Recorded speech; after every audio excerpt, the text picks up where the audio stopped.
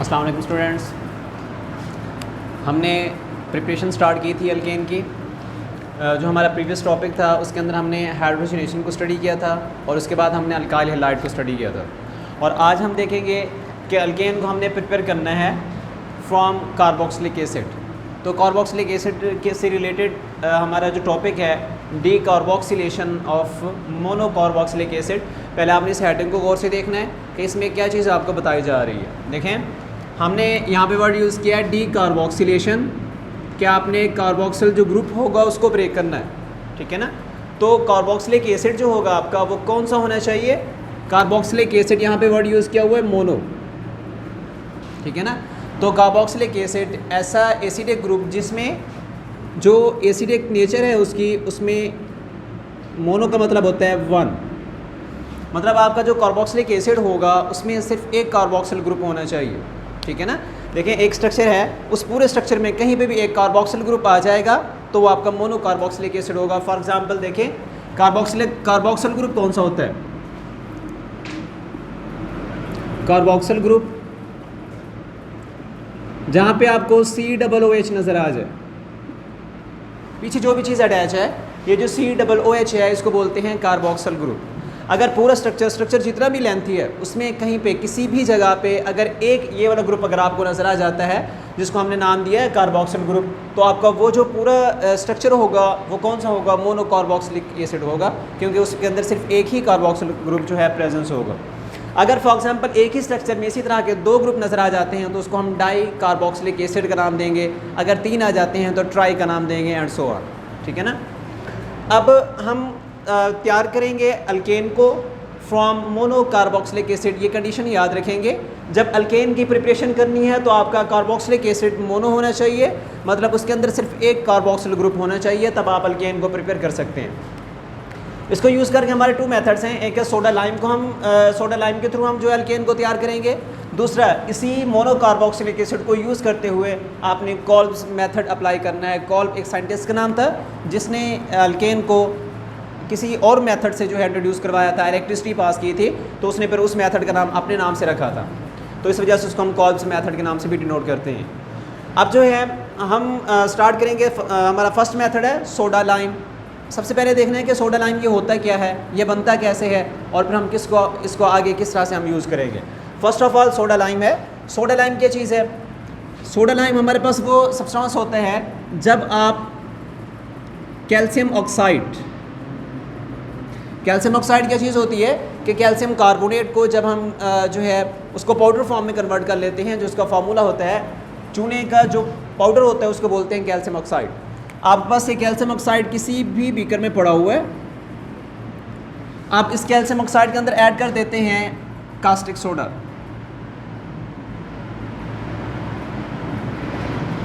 ये caustic soda का formula क्या होगा? NaOH। ये कास्टिक सोडा होता है। जब आप इस कैल्शियम ऑक्साइड के अंदर कास्टिक सोडा ऐड करते हैं, सोडियम हाइड्रोक्साइड, जो आपका एक मिक्सचर बनेगा जो कि होगा फॉर एग्ज़ाम्पल इसके अंदर आप कैल्शियम ऑक्साइड भी मौजूद है और सोडा लाइम भी मौजूद है, उसका सोडियम हाइड्रोक्साइड भी मौजूद है। कैल्शियम ऑक्साइड प्लस इसी के अंदर इसी पाउडर में हमने डाला हुआ है सोडियम हाइड्रोक्साइड। अब ये जो चीज़ है इसको अब हम बोलेंगे सोडा लाइम, ठीक है ना। सोडा लाइम क्या चीज़ होती है? कैल्शियम ऑक्साइड, इसके अंदर जब आप सोडियम हाइड्रोक्साइड को ऐड कर देते हैं तो आपका जो एक प्रोडक्ट तैयार होता है उसको हम नाम देंगे सोडा लाइम का, ठीक है ना। अब हम अपने रिएक्शंस में इन सोडा लाइम को यूज़ करेंगे। जहाँ पे सोडा लाइम का वर्ड आएगा इसका मतलब क्या होगा कि उसके अंदर बेस भी मौजूद है। दोनों बेसिकली बेसिक कैरेक्टर्स होते हैं, calcium oxide and sodium hydroxide दोनों उसके अंदर मौजूद होंगे हमारे उस रिएक्शन मिक्सचर के अंदर। अब हमारा जो ये सोडा लाइम को अप्लाई करने का प्रोसेस है, इसमें फ़र्स्ट ऑफ ऑल हम कहाँ से तैयार करेंगे? सबसे पहले हमारे पास आता है सोडियम साल्ट। इस रिएक्शन के अंदर, इस रिएक्शन को स्टार्ट करने के लिए सबसे पहले आपके पास क्या चीज़ होनी चाहिए? सोडियम साल्ट के साथ जो है आप ट्रीट करवाएंगे सोडा लाइम को, तब आपका जो प्रोडक्ट होगा वो अल्केन तैयार होगा। अब यहाँ पे क्वेश्चन क्रिएट होता है कि हम सोडियम साल्ट जो है ये कहाँ से तैयार करेंगे? देखिए यहाँ पे एक चीज़ आप लोग याद रखेंगे, जब भी साल्ट का वर्ड आता है साल्ट, तो साल्ट को कैसे तैयार करते हैं? ये न्यूट्रलाइजेशन रिएक्शन से तैयार होता है। जब भी एसिड और बेस आपस में रिएक्शन करते हैं तो आपके पास साल्ट बनता है, ठीक है ना। सिंपल एग्जांपल यहाँ पे हम ले लेते हैं। फॉर एग्जांपल आपके पास है NaCl plus NaOH, sorry HCl यहाँ पे लें, एसिड लेंगे हम यहाँ पे HCl एंड NaOH। HCl एक एसिड है एंड NaOH जो है एक बेस है। जब ये एसिड और बेस आपस में रिएक्शन करते हैं तो आपके पास क्या चीज़ बनती है, रिवर्सिबल रिएक्शन होगा, NaCl प्लस H2O। तो आपके पास ये NaCl बन चुके हैं। NaCl क्या एक साल्ट है। तो मतलब कोई भी साल्ट अगर हम तैयार करें तो हम इसी मेथड को सामने रखेंगे, तो आप एसिड और बेस का आपस में रिएक्शन कराएंगे तो आपके पास साल्ट बनेगा। लेकिन आपकी बुक के अंदर जो रिएक्शन है वो यहाँ से स्टार्ट हुआ है, सोडियम साल्ट से, इस जगह से स्टार्ट हुआ है। लेकिन मैं यहाँ पे पहले मेथड बता रहा हूँ कि हम सोडियम साल्ट को तैयार कैसे करेंगे, फिर आगे उसके ऊपर आपने किस तरह की प्रॉपर्टीज अप्लाई करके उसको अल्केन में कन्वर्ट करना है। अब सबसे पहले ये क्या चीज़ है, कार्बोक्सिलिक एसिड है। ये एसिडिक ग्रुप है और ये क्या एक बेस है। जब एसिड और बेस आपस में रिएक्शन करते हैं तो ये रिएक्शन किस तरह का होगा, देखिए बेस का काम क्या होता है, इसने OH आइंस देने हैं, तो यहाँ से OH निकलेगा, OH नेगेटिव, और इस एसिड से जो है H निकलेगा, ये आपस में रिएक्ट कर जाएंगे तो आपके पास प्रोडक्ट क्या बन जाएगा, वाटर, ठीक है ना। OH नेगेटिव, क्योंकि यहाँ पे इसके साथ मेटल है, तो मेटल का काम क्या होता है, इलेक्ट्रॉन डोनेट करना। तो मेटल ने अपने इलेक्ट्रॉन इसको डोनेट कर दिया तो OH किस फॉर्म में निकलेगा, यहाँ से नेगेटिव की फॉर्म में निकलेगा। तो ये नेगेटिव इधर से H किस फॉर्म में निकलेगा, इसके साथ जो दूसरा एटम है वो ऑक्सीजन है। ऑक्सीजन की इलेक्ट्रॉन एक्टिविटी ज़्यादा हो तो इसने इलेक्ट्रॉन को अपनी तरफ खींच लेना और यहाँ से प्रोटॉन निकलना है। ये प्रोटॉन और ये OH नेगेटिव आपस में रिएक्शन करेंगे और आपके पास एक जो प्रोडक्ट बनेगा वो आपके पास वाटर बन जाएगा, ठीक है। अब दूसरी क्या चीज़ है, अब इसके ऊपर चार्ज कौन सा आ जाएगा, जैसे ही निकलेगा H, यहाँ से निकलेगा प्रोटॉन निकलेगा तो इसके ऊपर चार्ज आ जाएगा नेगेटिव। तो ये नेगेटिव, और सोडियम का काम क्या होता है कि इसने इलेक्ट्रॉन डोनेट करने हैं, क्योंकि ये मेटल है, तो इसके ऊपर चार्ज कौन सा आएगा, पॉजिटिव, और ये नेगेटिव और पॉजिटिव आपस में अटैच हो जाएंगे और आपके पास ये जो प्रोडक्ट बनेगा इसको बोलेंगे हम साल्ट, ठीक है ना। कौन सा साल्ट है, सोडियम साल्ट, क्योंकि यहाँ पे हमने जनरल फॉर्म इस्तेमाल किए आर, जिस तरह आप इसको चेंज करते जाएंगे आपका साल्ट की टाइप चेंज होती जाएंगी। अब आपने ये सोडियम साल्ट जो है ये तैयार किया, अब आप इसको अपने रिएक्शन में यूज़ करेंगे। सोडियम साल्ट, इसको आप ट्रीट करवाएंगे किसी भी बेस के साथ। बेस मतलब सोडा लाइम आपके पास होना चाहिए। मैंने आपको यहाँ पे मेथड बता दिया कि सोडा लाइम को आपने प्रिपेयर कैसे करना है। तो सोडा लाइम को कैसे प्रिपेयर करेंगे, सोडा लाइम प्रिपेयर होगा जब आप कैल्शियम ऑक्साइड को भिगो देते हैं सोडियम हाइड्रोक्साइड के अंदर, तब आपका जो एक प्रोडक्ट बनता है उसको बोलते हैं हम सोडा लाइम, ठीक है ना। अब इसमें देखें जो सोडियम हाइड्रोक्साइड है वो एज ए रिएक्टेंट यहाँ पे काम करेगा, और यहाँ पे दूसरी क्या चीज़ है इस सोडा लाइम के अंदर, कैल्शियम ऑक्साइड। आपने कैल्शियम ऑक्साइड को यहाँ पे लिया, ठीक है ना, ये as a catalyst as a work करेगा इस रिएक्शन में। और आपने फिर जो आप ये रिएक्शन मिक्सचर होगा जिसमें क्या क्या चीज़ें हैं, एक साल्ट भी मौजूद है और सोडा लाइम भी मौजूद है। ये आपको सोडा लाइम है, आप इसको हीट करते हैं, जो भी आपका एक बीकर होगा उस बीकर के अंदर ये सोडा लाइम भी मौजूद है और उसके अंदर साल्ट भी मौजूद है। आप उसको हीट करेंगे, हीट करने से ये आपस में रिएक्शन करेंगे और आपके पास ये प्रोडक्ट तैयार हो जाएगा। देखें अब इस जगह से किस तरह से प्रोडक्ट निकलेगा, यहाँ से ये पूरा जो कंपाउंड है यहाँ से इस तरह से निकलेगा, ये इससे रिएक्ट कर जाएगा। इसको याद रखने का सबसे आसान तरीका इस तरह से है कि देखिए सोडियम यहाँ पे कितने, एक सोडियम ये है, दूसरा सोडियम ये है, कितने हो जाएंगे, सोडियम 2 Na2, और कार्बन देख लें कितने, एक है, ये एक कार्बन आ गया, और ऑक्सीजन कितने हैं, 1 2 3 CO3, Na2CO3 सोडियम कार्बोनेट इसको कहा जाता है। और दूसरे का यहाँ पे R निकलेगा, यहाँ से R का यहाँ से एक बॉन्ड टूटा था और इधर से जो है इस जगह से H बचा हुआ है, ये R इस H से रिएक्ट करेगा ये दोनों और आपके पास प्रोडक्ट बनेगा RH। और इसमें मैकेनिज्म किस तरह का होता है, इस मैकेनिज्म को यहाँ पे हम अप्लाई नहीं कर रहे, कॉल्स मेथड जैसे हम करेंगे वहाँ पे इस तरह के जितने भी रिएक्शंस आते हैं उनको हम वहाँ से डिटेल पे देखेंगे। जस्ट आपने इनके प्रोडक्ट्स को याद रखना है। तो प्रोडक्ट्स कैसे बनाएंगे आप, 2 सोडियम एटम्स हैं Na2, कार्बन एक है C आ जाएगा, और ऑक्सीजन एटम कितने हैं टोटल जो आपस में रिएक्ट कर रहे हैं वो 3 हैं, तो आपके पास प्रोडक्ट बनेगा Na2CO3। और उसके साथ जो है बाकी क्या चीज़ बची है, R, इधर H है, R ये दोनों आपस में मिलेंगे तो आपके पास बन जाएगा RH। R क्या चीज़ होती है, R को हम जनरल वर्ड में यूज़ करते हैं। R जो है एक अल्काइल ग्रुप है, इसके अंदर आप लॉट ऑफ कार्बन एटम्स जो है स्टडी कर सकते हैं। फॉर एग्जांपल CH3 मैंने यहाँ पे लगा दिया, इसका बॉन्ड फ्री है, ये भी R है। अगर इस जगह पे मैं लगा देता हूँ for example CH3 CH2 and so on, ये जो है बॉन्ड फ्री है, इस जगह पे कोई भी ग्रुप आकर अटैच हो जाएगा। मतलब alkane, methane, ethane, propane, butane, alkane के जितने भी हमारे पास कंपाउंड्स होते हैं, जब उसके तमाम कंपाउंड में से, पूरे स्ट्रक्चर में से किसी एक कार्बन से आप हाइड्रोजन को हटा देते हैं, तो बाकी जो रिमेनिंग प्रोडक्ट होते हैं, जो रिमेनिंग ग्रुप होते हैं, उसको हम अल्काइल का नाम देते हैं, और उसके लिए हम जनरल वर्ड आर इस्तेमाल करते हैं। अब देखें फॉर एग्जांपल, जिस तरह ये कंपाउंड यहाँ से हट गया ना, तो ये CH3 फॉर एग्जांपल यहाँ पे लगा हुआ है। अब यहाँ पे एक स्पेसिफिक एग्जांपल कर लेते हैं ताकि आपको समझ आ जाए।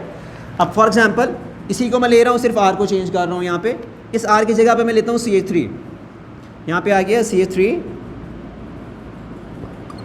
इसके साथ है C डबल बॉन्ड O, साथ है ऑक्सीजन, और इसके साथ है Na। ठीक है ना। अब ये आपके पास साल्ट है, कौन सा साल्ट है? ये है एथेनोएट साल्ट।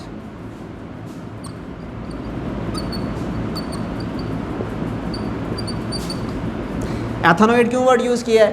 एथ का मतलब क्या बताया था आपको? एथ का मतलब होता है 2 कार्बन्स, एथ। ठीक है ना। एथ वर्ड कहाँ से है? इथेन से। ठीक है ना। जब भी आप एसिडिक प्रॉपर्टीज अप्लाई करते हैं, कार्बोक्सिलिक एसिड का चैप्टर नंबर 13 है, वहाँ पे इसको हम डिटेल से देखेंगे। जब हम इसका नोमेनक्लेचर स्टडी करते हैं, तो जितने कार्बन हो, आप क्या करते हैं, लास्ट पे जो ई है इथेन का, उतने कार्बन लगा के ना, ये एथ क्या डिनोट कर रहे हैं? कार्बन की स्ट्रेंथ का बता रहा है।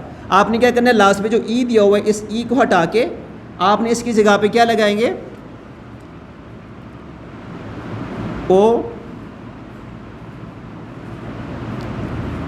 ATE, ethanoate salt. अब नेक्स्ट जो है, ये आपके पास प्रोडक्ट बनेगा। अब इसमें देखें, ये रिएक्टेंट मैंने लिया हुआ है, आर की जगह पे मैंने यहाँ पे स्पेसिफिक जो है ग्रुप यूज़ किया, जो कि CH3 है। अब इसका आप रिएक्शन करवाएंगे उसी बेस के साथ in the form of CaO। इसको हमने कलेक्टिवली क्या नाम दिया था? Soda lime. आपने इसका रिएक्शन करवाया सोडा लाइम के साथ, NaOH, और साथ आ जाएगा यहाँ पे CaO in the presence of heat. ठीक है।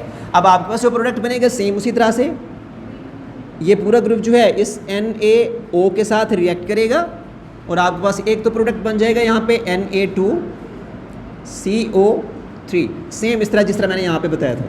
अब इधर क्या आ जाएगा? CH3 है, इसका बॉन्ड ये ब्रेक हुआ, ये CH3 इस H से मिलेगा, क्योंकि कार्बन का एक बॉन्ड यहाँ पे कम हुआ है ना, ये जो ग्रुप हटा है, तो इस कार्बन का ये वाला बॉन्ड जो है इस H से मिलेगा। टोटल कितने बन जाएंगे हाइड्रोजन एटम? ये बन जाएगा यहाँ पे CH4। ठीक है ना। CH3 ऑलरेडी था, ये हाइड्रोजन जो यहाँ से निकलेगा वो इसके साथ अटैच होगा, तो आपके पास यहाँ पे बन जाएगा CH4, जो कि इसको क्या नाम देते हैं हम? मीथेन। ठीक है। इस तरह से हम जो है सोडा लाइम की हेल्प से हम इस तरह अल्केन को तैयार कर सकते हैं। कोई भी कंपाउंड यहाँ पे तैयार किया जा सकता है। फॉर एग्जांपल जैसे मैंने यहाँ पे CH3 लगाया, आप इसकी जगह पे ethyl, propyl, butyl, pentyl, hexyl, जिस तरह मर्जी ग्रुप लगाते जाएंगे, आपके पास प्रोडक्ट्स बनते जाएंगे। ठीक है ना। अब हमारा नेक्स्ट मेथड है, वो भी इसी से रिलेटेड है कि आपका रिएक्टेंट कौन सा होना चाहिए? मोनोकार्बोक्सिलिक एसिड से रिलेटेड होना चाहिए। आप यहाँ पे एक और चीज़ देख लें कि ये क्वेश्चन आपसे किस तरह से पूछा जा सकता है। ये आपसे क्वेश्चन इस सोडा लाइम के नाम से भी पूछा जा सकता है कि how will you prepare the alkane from soda lime. ठीक है। How will you prepare the alkane from soda lime, या फिर ये क्वेश्चन किसी स्पेसिफिक नाम से भी पूछा जा सकता है। For example, how will you prepare the methane from soda lime. तो आप मीथेन को किस तरह प्रिपेयर करेंगे? मीथेन के लिए मैथ का मतलब क्या बताया था कि एक कार्बन होना चाहिए, तो आपका जो रिएक्टेंट होगा उसमें सिर्फ एक कार्बन लेंगे आप। किस तरह से? अब यहाँ पे R लगाया था ना मैंने, R का मतलब यहाँ पे मैंने मिथाइल ग्रुप बताया, लेकिन यहाँ पे आप H भी यूज़ कर सकते हैं। H भी यूज़ किया जा सकता है अगर मीथेन तैयार करनी है या उससे रिलेटेड आप कोई कंपाउंड तैयार करेंगे। लेकिन आप यहाँ पे इस तरह करें, जिस तरह यहाँ पे है ना मिथाइल, इथाइल, प्रोपाइल। अगर आपने मीथेन तैयार करने, जैसा कि यहाँ पे हमने एक प्रोडक्ट तैयार किया है, ठीक है ना, तो मीथेन के लिए क्या है? आप सिंगल कार्बन है तो यहाँ पे एक कार्बन है ना, तो आप यहाँ पे एक कार्बन वाला कंपाउंड जो है यहाँ पे एक्सटेंड करेंगे। अगर यहाँ पे आपने प्रिपेयर करना हो इथेन, एथ का मतलब क्या बताया था कि इसमें 2 कार्बन हैं, तो आप रिएक्टेंट यहाँ पे R की जगह पे क्या लगाएंगे? आप 2 कार्बन से रिलेटेड यहाँ पे आपने रिएक्टेंट ऐड करना है। फॉर एग्जाम्पल यहाँ पे मिथाइल था, तो यहाँ पे क्या ऐड करेंगे? इथाइल, CH3 CH2 ये जगह पे ऐड करेंगे, तो आपके पास जो है इथेन तैयार हो जाएगी।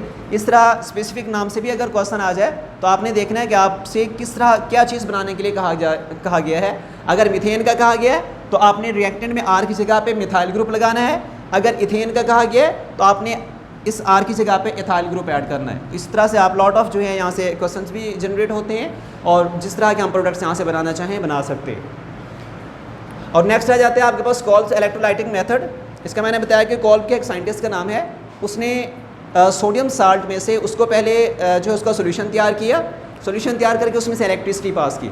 जैसे इलेक्ट्रिसिटी पास की उसके अंदर जो है दो तरह के उसने रिएक्शंस को स्टडी किया, एक उसने ऑक्सीडेशन रिएक्शन देखा, दूसरा उसने रिडक्शन को फॉलो किया। ठीक है, अब सबसे पहले देखें, इसको स्टार्ट करने से पहले हम यहाँ पे एक जनरल एग्जांपल लेते हैं जो हमारे प्रीवियस बुक से रिलेटेड है या प्रीवियस हमने क्लासेस में पढ़ा हुआ है, उसको पहले यहाँ पे थोड़ा सा स्टडी करेंगे ताकि हमारा कंसेप्ट बन जाए, फिर हम इस टॉपिक की तरफ आएंगे। अब देखें फॉर एग्जांपल आपके पास साल्ट मौजूद है, साल्ट हम कोई सिंपल लेंगे यहाँ पे। फॉर एग्जांपल ये आपके पास एक बीकर है जिसमें आपने वाटर को ऐड किया हुआ है, आपने इसका सोल्यूशन तैयार करना है। इसमें इसके अंदर आपने साल्ट ऐड किया जो कि है NaCl।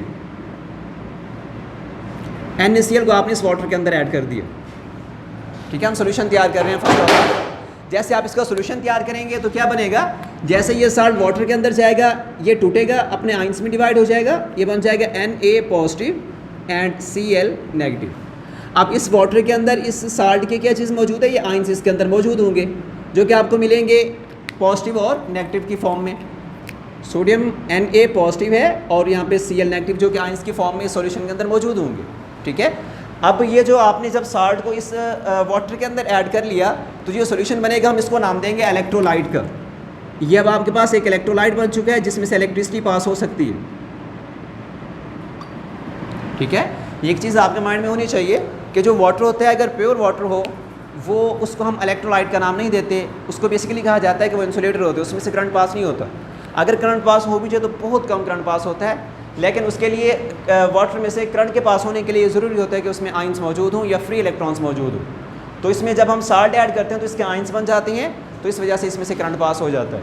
अब आपने इस NaCl को वाटर में ऐड किया, जैसे ही वाटर में ऐड करेंगे उसके जो है आइंस बन जाएंगे। जैसे आइंस बन जाते हैं फिर इसको हम क्या करते हैं, हम इसको किसी इलेक्ट्रिसिटी से जोड़ देते हैं। फॉर एग्जांपल आपने इसको किसी बैटरी से जोड़ा, इसमें इलेक्ट्रोड ऐड कर लें, 2 इलेक्ट्रोड्स, और आपने इन इलेक्ट्रोड्स को कनेक्ट किया हुआ एक बैटरी के साथ।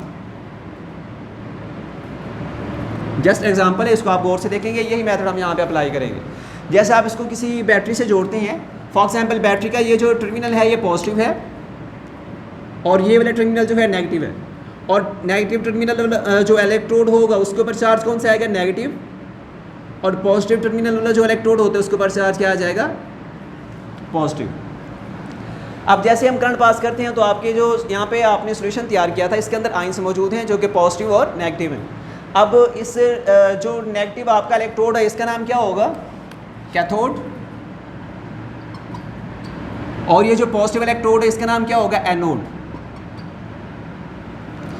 अब इसमें जो आइंस मौजूद है पॉजिटिव आइंस भी हैं और नेगेटिव आइन भी हैं, तो नेगेटिव आइन किस तरफ मूव करेगा, नेगेटिव आइन मूव करेगा इस एनोड की तरफ, और पॉजिटिव जो है वो इस कैथोड की तरफ। ठीक है ना। अब ये नेगेटिव जाकर क्या करता है, इसको इलेक्ट्रॉन डोनेट करेगा। जैसे इलेक्ट्रॉन डोनेट करेगा, इलेक्ट्रॉन यहाँ से मूव करके सर्किट कंप्लीट होने के बाद वो आपको यहाँ पे मिलेंगे। ठीक है, ये बात आप याद रखेंगे। इसी तरह से हम जो है अपना ये वाला कॉल्स इलेक्ट्रोलाइटिक मेथड इसी प्रोसेस के थ्रू आगे प्रोसीड करेंगे। फर्स्ट ऑफ ऑल हमने क्या कहा था कि आपके पास साल्ट होना चाहिए। अगर आपसे कहा गया कि साल्ट आप कहाँ से तैयार करते हैं, बेसिकली ये साल्ट्स होते हैं ना, सोडियम साल्ट है, कहाँ से प्रिपेयर किया था हमने, फैटी एसिड्स। फैटी एसिड्स की डिफरेंट टाइप्स हैं जिसमें सबसे सिंपल एग्जांपल कौन सी है, फैटी एसिड की एस्टिक एसिड। ठीक है ना, एस्टिक एसिड फैटी एसिड की सबसे सिंपल फॉर्म है।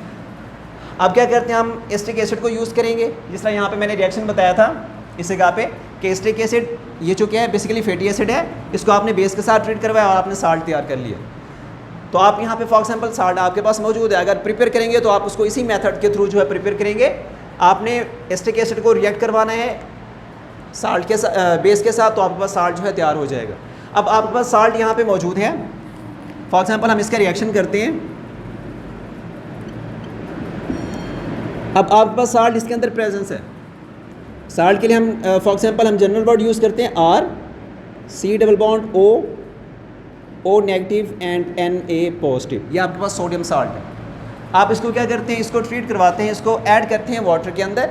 जैसे आप इसको वाटर के अंदर ऐड करेंगे ये अपने आइंस में टूट जाएगा, जैसा कि यहाँ पे मैंने बताया था, जैसे कि Na पॉजिटिव और Cl नेगेटिव टूटे थे, मतलब एनाइंस और कैटाइन बन जाते हैं। तो आप जैसे इसको वाटर के अंदर ऐड करते हैं, आयोनाइजेशन का प्रोसेस होता है, तो आयोनाइजेशन से ये अपने आइंस में टूट जाता है। लेकिन जब आप यहाँ पे इसके रिएक्शंस को फॉलो करेंगे तो रिएक्शन के अंदर आपने वाटर को प्रॉपर यहाँ पे ऐड करना है। फॉर एग्जांपल साल्ट, आपने इसके अंदर वाटर ऐड किया, ठीक है ना।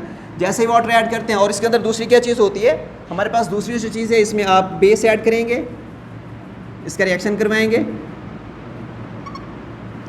अब देखें आपके पास जो प्रोडक्ट बन रहा है, अब इसमें प्रोडक्ट्स कौन सा बनेगा, इसमें एक जो एनाइंस यहाँ से निकलेगा, ये आपने जो है जैसे इसको वाटर के अंदर ऐड करेंगे अपने आइंस में टूटेगा। जैसे ही आइंस में टूटेगा आपके पास जो प्रोडक्ट्स बनेंगे, एक तो हमें पता है कि इससे क्या चीज़ बनेगी, अल्केन तो तैयार होगी ना, और इसके अलावा बाकी के जो प्रोडक्ट्स होंगे, फॉर एग्जांपल इसमें देखें आपके पास ये 2 आपके पास मॉलिक्यूल्स हैं, जो प्रोडक्ट तैयार होगा एक आपके पास यहाँ पे बन जाएगा R बॉन्ड R अल्केन, और दूसरा इसी में से तैयार होता है कार्बन डाइऑक्साइड के मॉलिक्यूल्स निकलते हैं, और इसी से जो है कार्बन डाइऑक्साइड यहाँ से जो है कार्बन डाइऑक्साइड यहाँ से निकल जाएगी। और इसके अलावा जो आपके पास बनेगा प्रोडक्ट, अगर हम इसको इकट्ठा करके लिखें तो इसमें बनता है Na2CO3 सोडियम कार्बोनेट। लेकिन ये जो रिएक्शन है, अगर हम फॉर एग्जांपल हम ऐसा करते हैं, इसको पहले इसके मैकेनिज्म की तरफ जाते हैं, जैसे आप इसके मैकेनिज्म को फॉलो करेंगे फिर हम इस रिएक्शन की तरफ आएंगे, तब आपको इस रिएक्शन की अच्छे से समझ आनी है। अब देखिए फॉर एग्जांपल आपके पास साल्ट बना हुआ है ना, आप इस क्या करते हैं साल्ट को, जैसे कि Na, इसके मैकेनिज्म की तरफ मैं पहले जा रहा हूँ। फॉर एग्जांपल आपके पास ये मैकेनिज्म, इसके अंदर आपके पास मौजूद है CH3 स्पेसिफिक हम साल्ट ले रहे हैं, C double bond O negative Na positive, ठीक है ना। अब हम इसमें क्या करेंगे कि आपके पास ये जो साल्ट है इसको आपने वाटर के अंदर ऐड कर लिया, ठीक है ना। मैकेनिज्म को फॉलो कर रहा हूँ, इसको आपने गौर से देखना है।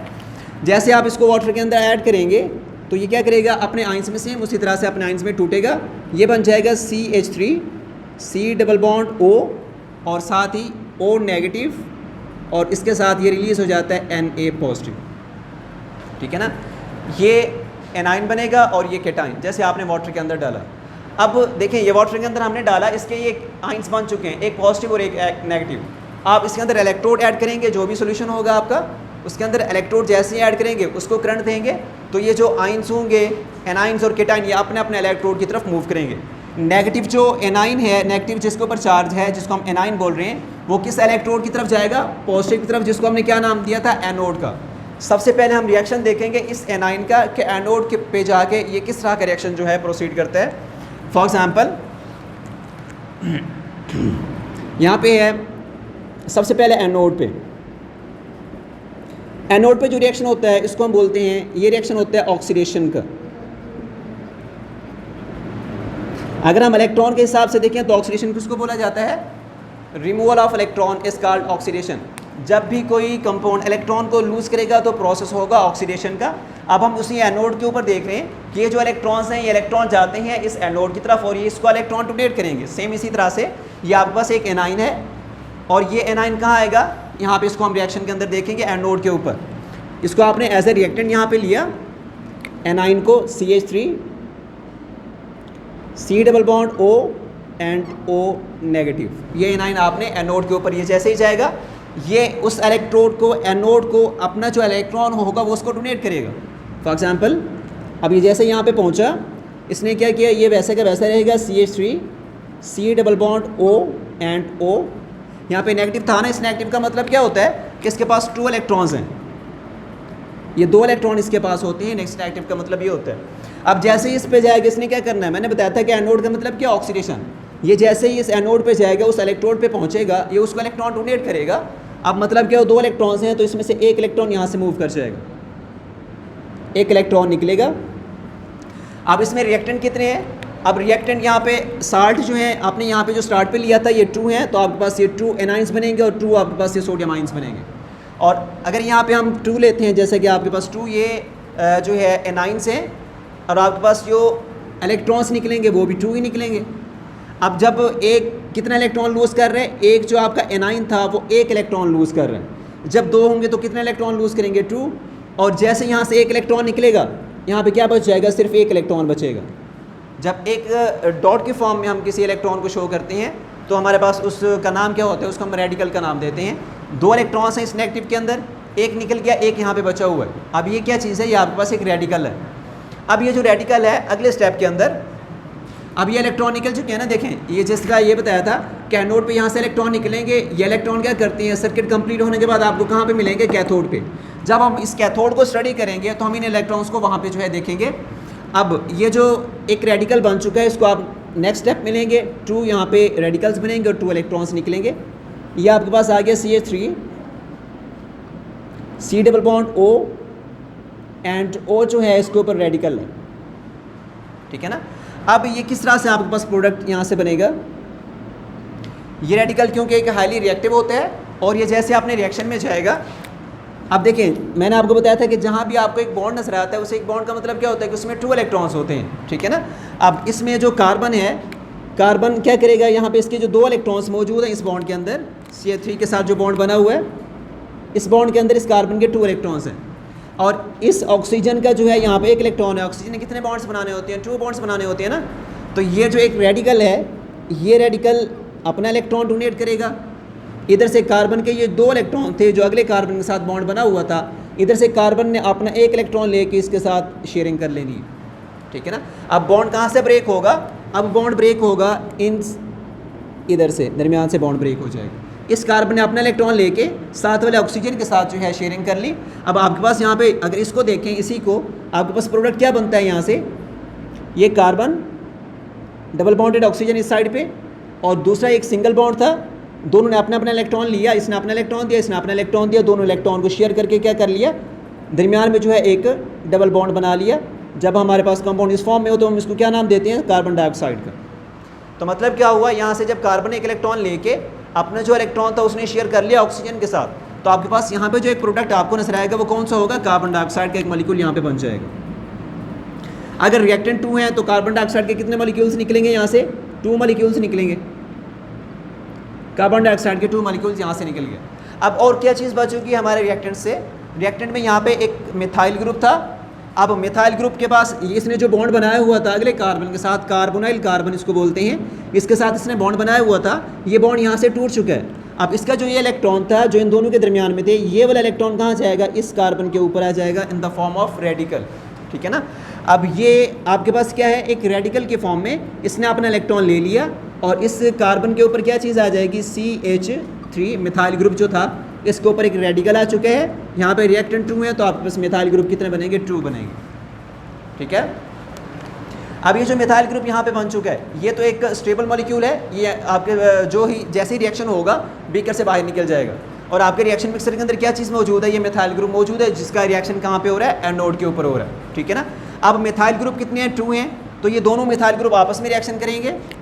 इन 2 मिथाइल ग्रुप को यहाँ मैं सेपरेट करके लिख रहा हूँ। फॉर एग्जांपल देखें, CH3 ये रेडिकल एक का प्लस CH3 ये दूसरा मिथाइल ग्रुप, ये उसका रेडिकल यहाँ पे इकट्ठा था, यहाँ पे मैंने सेपरेट करके लिख दिया है।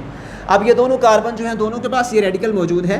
अब ये दोनों क्या करेंगे, अपने अपने रेडिकल को शेयर करेंगे, एक एक इलेक्ट्रॉन होते हैं इनके पास, ये जैसे इसको शेयर करेंगे इन दोनों के दरमियान बॉन्ड बनेगा जो कि इस तरह से आएगा, CH3 ये इन्होंने अपने अपने इलेक्ट्रॉन को शेयर किया, दरमियान में इसका ये बॉन्ड बन गया और आगे क्या आ जाएगा इसका CH3। अब ये क्या चीज़ बन चुकी है हमारे पास, जब कार्बन कार्बन के दरमियान में सिंगल बॉन्ड हो तो उसको हम नाम देते हैं इथेन का। तो आपके पास ये इथेन है, हमने तैयार क्या करना था, हमारा जो मकसद था हमने प्रिपेयर करना था अल्केन को, तो आपने ये अल्केन तैयार कर लिए तो हमारा रिएक्शन यहाँ पे स्टॉप नहीं होगा क्योंकि हमारे उस रिएक्शन मिक्सर के अंदर और भी अनस्टेबल जो हैं वहाँ पे सब्सटेंसेस मौजूद होते हैं, हमने उनको स्टेबल फॉर्म में कन्वर्ट करना होता है। अब देखें ये आपके पास एक अल्केन तैयार हो चुकी है। अब आपका ये जो एनोड का प्रोसेस होगा ऑक्सीडेशन का वो यहाँ पे कंप्लीट हो जाता है, लेकिन जो यहाँ से इलेक्ट्रॉन निकले थे वो कहाँ गए थे, कैथोड के ऊपर। अब हम नेक्स्ट जो है कैथोड का फंक्शन देखेंगे कि कैथोड पे किस तरह का फंक्शन होता है। अब जो आपके पास है यहाँ पे हम कैथोड स्टार्ट करेंगे यहाँ से। अब कैथोड पे देखें, कैथोड पे इधर से एक तो वाटर के मॉलिक्यूल्स जो इसके अंदर थे हमने उसको अभी तक ब्रेक नहीं किया, वाटर के मॉलिक्यूल्स के ब्रेक डाउन कहाँ पे होगी, कैथोड के ऊपर। तो आपके जो वाटर के मॉलिक्यूल्स हैं कैथोड पे उनकी ब्रेक डाउन होती है, ठीक है ना। अब हम रिएक्टेंट 2 यहाँ से स्टार्ट कर रहे हैं, तो आपके पास वाटर के भी 2 मॉलिक्यूल्स यहाँ पे ब्रेक होंगे, और ये किसकी मौजूदगी में इनकी ब्रेकडाउन होती है? ये जो 2 इलेक्ट्रॉन्स यहाँ से निकले थे, ये वाले 2 इलेक्ट्रॉन्स, ये इलेक्ट्रॉन्स सर्किट कंप्लीट होने के बाद कैथोड पे आ जाते हैं। मतलब 2 इलेक्ट्रॉन्स यहाँ पे वो पहुँच चुके हैं जो यहाँ से निकले थे एनोड से, ठीक है ना। ये कहाँ से आए थे? एनाइन से 2 इलेक्ट्रॉन निकले थे। ये दोनों इलेक्ट्रॉन कहाँ जाते हैं? कैथोड के ऊपर, और वो आके रिएक्ट करती हैं वाटर के मॉलिक्यूल के साथ। अब वाटर के मॉलिक्यूल को हम इस तरह से भी लिख सकते हैं ना, देखें H बॉन्ड OH, इस तरह से भी वाटर को लिखा जा सकता है। अब इसके दरमियान ये जो बॉन्ड बना हुआ है, इसका मतलब क्या है कि इसमें 2 इलेक्ट्रॉन्स हैं। अब ये दोनों इलेक्ट्रॉन्स जो हैं किसकी तरफ ज़्यादा अट्रैक्ट होंगे? उस एटम की तरफ ज़्यादा अट्रैक्ट होते हैं जिसकी इलेक्ट्रॉन एक्टिविटी ज़्यादा होती है। अब इन दोनों में से इलेक्ट्रॉन एक्टिविटी किसकी ज़्यादा है? ऑक्सीजन की ज़्यादा होती है ना। तो जैसे ही बॉन्ड टूटेगा यहाँ से दरमियान से, दोनों इलेक्ट्रॉन ऑक्सीजन की तरफ जाएंगे, तो यहाँ से एक तो निकलेगा OH नेगेटिव और दूसरा निकलेगा यहाँ से H पॉजिटिव, ठीक है ना। तो आपका जो यहाँ पे प्रोडक्ट बनेगा, क्या चीज़ बन जाएगी? यहाँ पे H पॉजिटिव यहाँ से रिलीज़ हो रहा है। अब एक और चीज़ यहाँ पे, एक और चीज़ आप फॉलो करें कि अगर आपके पास वाटर का एक मॉलिक्यूल था ना, तो यहाँ से एक OH निकला। अगर वाटर के मॉलिक्यूल 2 हों तो OH कितने निकलेंगे? 2, और H पॉजिटिव कितने निकलेंगे? 2 निकलेंगे। तो मतलब ये हुआ कि 2 OH तो यहाँ से रिलीज़ हो चुके हैं नेगेटिव की फॉर्म में। अब पीछे क्या बच जाएगा? H पॉजिटिव है ना, एक H पॉजिटिव। अगर हम इनको सेपरेट करके लिखें, जैसा कि या फॉर एग्जाम्पल यहाँ पे मैं लिख रहा हूँ कि H पॉजिटिव है, ये दूसरा H पॉजिटिव है। अब दोनों पॉजिटिव हैं, दोनों कभी भी एक दूसरे से रिएक्ट नहीं करेंगे। कब तक रिएक्ट नहीं करेंगे? जब तक इनके ऊपर कोई चार्ज या कोई रेडिकल फॉर्म में कोई चीज़ ना आए। अब दोनों पॉजिटिव हैं, तो आपको पता है कि सिमिलर चार्जेस कभी भी एक दूसरे के साथ रिएक्ट नहीं करते। अब देखिए ये 2 इलेक्ट्रॉन हमने यहाँ पे यूज़ किए, ये 2 इलेक्ट्रॉन कहाँ जाएंगे? ये दोनों इलेक्ट्रॉन, दोनों एटम के पास एक एक इलेक्ट्रॉन जो है चला जाएगा। अब इनके ऊपर जो है एक रेडिकल बन चुका है। अब ये दोनों इन इलेक्ट्रॉन्स को, इन रेडिकल्स को आपस में शेयर करेंगे और इनके दरमियान एक बॉन्ड बन जाएगा जिसको हम H बॉन्ड H के नाम से डिनोट करते हैं। और आप इस H बॉन्ड H को इकट्ठा लिखना चाहें तो आप इसको इस फॉर्म में लिख सकते हैं H2, ठीक है ना। तो यहाँ पे एक तो 2 OH आइंस निकलेंगे, दूसरा आपका यहाँ पे जो प्रोडक्ट बनेगा, दूसरा कौन सा प्रोडक्ट होगा? यहाँ से निकलेगा H2। कितने H2 हैं? एक मॉलिक्यूल निकलेगा आपके पास हाइड्रोजन गैस का। ये गैस बनेगी और बीकर से निकल जाएगी, ठीक है। अब देखिए हमारे पास और क्या चीज़ रह चुकी है हमारे इस पूरे रिएक्शन मिक्सचर के अंदर। एक तो इलेक्ट्रॉन्स निकले थे, वो यहाँ पे यूज़ हो चुके हैं और हाइड्रोजन गैस बन चुकी है यहाँ पे। और दूसरा क्या चीज़ रह गई है? ये आपका जो है CH3, ये भी यहाँ पे रिएक्ट करके आपके पास एल्केन की फॉर्म में कन्वर्ट हो चुका है। अब हमारे पास एक चीज़ बची है, जब हमने आयोनाइजेशन का प्रोसेस किया था, फर्स्ट जो है ये आयोनाइजेशन है। जब हमने आयोनाइजेशन का प्रोसेस किया था तो यहाँ पे एक एनाइन बना था और दूसरा यहाँ पे एक केटाइन बना था, ठीक है ना। एनाइन को तो हमने ऑक्सीडेशन के अंदर यूज़ कर लिया, लेकिन केटाइन यहाँ पे अभी रहता है। कितने? 2 जो हैं आइंस हैं Na पॉजिटिव के। तो ये जो है इस किस तरफ अट्रैक्ट होंगे? देखें ये जो Na पॉजिटिव था ना, किस तरफ इसने मूव किया? इस कैथोड की तरफ। तो ये जो Na पॉजिटिव है ये आ जाता है इस कैथोड की तरफ मूव करता है। क्यों कैथोड की तरफ जाएगा? क्योंकि कैथोड के ऊपर चार्ज क्या होता है? नेगेटिव, और Na के ऊपर चार्ज क्या है? पॉजिटिव है। तो ये जो पॉजिटिव है इस नेगेटिव की तरफ जैसे ही जाता है तो इसको वहाँ पे क्या चीज़ मिलती है? ये OH नेगेटिव आइंस मिलती हैं, 2 हैं, तो यहाँ पे आ जाएगा 2OH नेगेटिव ये आइंस वहाँ से मिलेंगे। अब Na पॉजिटिव और OH नेगेटिव आपस में रिएक्ट करेंगे तो आपके पास प्रोडक्ट क्या बनेगा? NaOH यहाँ पे बन जाएगा। तो कितने हैं? ये भी 2 हैं, तो ये भी 2 हैं, तो आपके पास प्रोडक्ट कितने बनेंगे? 2 बनेंगे, ठीक है ना। सोडियम हाइड्रोक्साइड यहाँ पे बन जाएगा।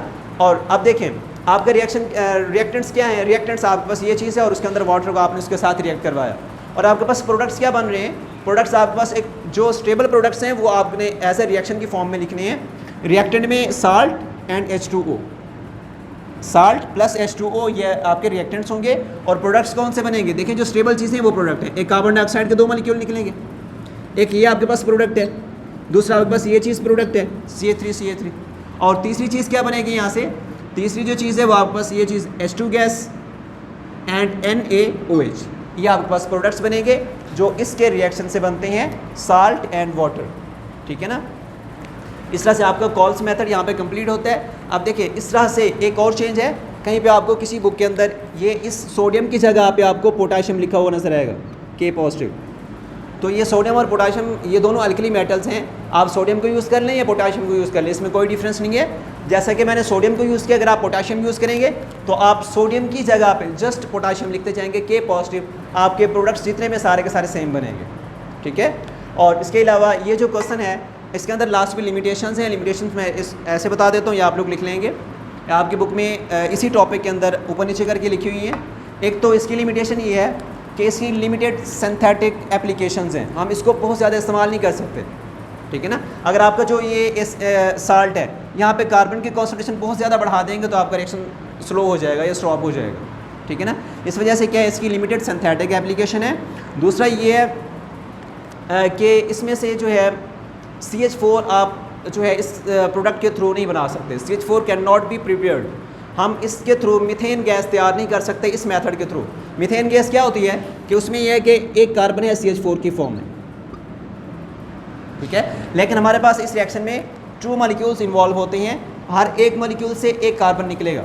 वो दोनों कार्बन जब आपस में रिएक्ट करते हैं तो आपके पास सिंगल कार्बन कभी भी नहीं बचती प्रोडक्ट के अंदर, ठीक है ना। तो आपके पास ये जो प्रोडक्ट बना हुआ है कम से कम 2 कार्बन वाला प्रोडक्ट बनता है यहाँ पे, अल्केन से रिलेटेड जो भी बनाएंगे। तो मतलब क्या हुआ, आपके पास सिंपलेस्ट फॉर्म जो है इस मेथड के थ्रू आप क्या बना सकते हैं, इथेन बना सकते हैं। इस मेथड के थ्रू आप मीथेन कभी भी तैयार नहीं कर सकते, ठीक है। अब तीसरा क्या है कि ये जो है सिमेट्रिकल अल्केन हम इससे तैयार कर सकते हैं। तीसरा मैंने वर्ड यूज़ किया है सिमेट्रिकल अल्केन का।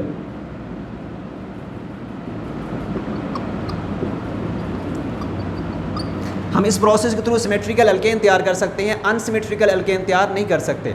सिमेट्रिकल अल्केन का मतलब क्या है कि जितने कार्बन एक जो है आपका प्रोडक्ट देगा, एक रिएक्टेंट देगा, उतने कार्बन दूसरा देगा। जैसे कि यहाँ पे है ना साल्ट है, जितने कार्बन इस साल्ट से आएंगे 2 हमने लिए हुए तो दूसरे से भी उतने ही आएंगे।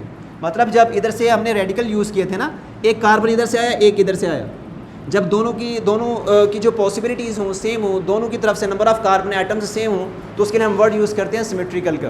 तो यहाँ से एक कार्बन है, यहाँ से भी एक है, तो आपस में मिलेंगे तो आपके पास अल्केन तैयार होगा। यहाँ से 2 हैं तो यहाँ से भी 2 आएंगे, इधर से 3 है तो इधर से भी 3 आएंगे। ऐसा नहीं होगा कि एक जो आपका जो रेडिकल है उसमें से 2 कार्बन है और किसी दूसरे रेडिकल में से 3 कार्बन है वो मिल जाए आपके पास अल्केन तैयार हो, ऐसा भी इसके अंदर पॉसिबल नहीं है, ठीक है। इससे रिलेटेड अगर कोई क्वेश्चन होंगे तो आप लोग पूछ लेंगे, और अभी जो हमने टॉपिक स्टडी किया इससे रिलेटेड अगर कोई क्वेश्चन है तो आप लोग पूछ लें।